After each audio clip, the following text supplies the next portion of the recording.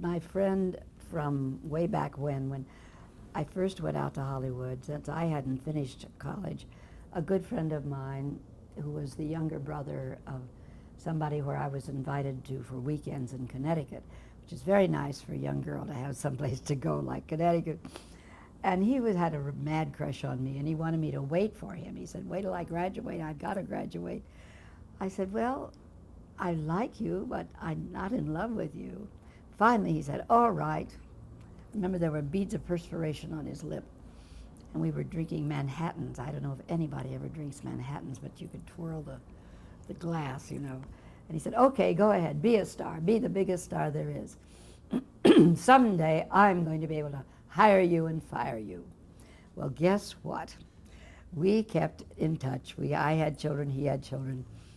He became the head of television and radio for Procter & Gamble. So he was certainly in a position to hire me and fire me. Now we're having dinner at a very elegant restaurant, and everybody in there is somebody.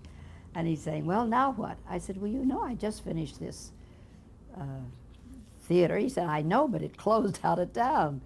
And that's what happens with theater a lot. And he said, I know what you're going to do. Tomorrow morning you've got a 10 o'clock appointment in Liederkranz Hall to meet Ted Corday. You don't have to say a word. He knows all about you. He wants to hire you. He's dying to hire you.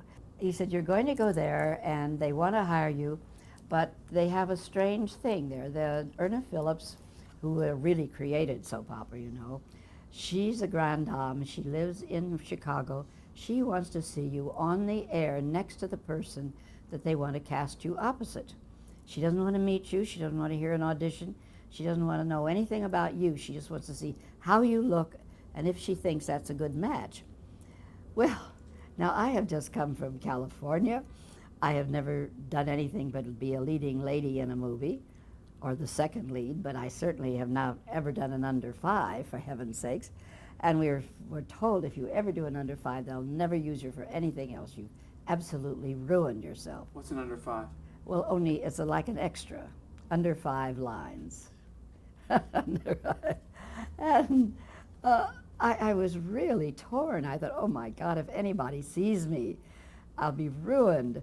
But then I thought, no, this is my practical Missouri side. My mother always said, if it's decent and it pays you money, do it. Don't don't think you've got to be the star all the time. So I said, okay, I've got these 2 children, and I'm pretty much on my own, and I better take this job. And sure enough, I did, and Procter & Gamble put my children through college, because it was, you got in that league, as it were, and they're very generous with their people. They keep them on, even if you go away and come back, they want to hire you again. And this really makes me a pioneer. Guiding Light was the first soap opera to go on television. We did a 15-minute radio show and a 15-minute television show every day. So I really got in on the ground floor for that.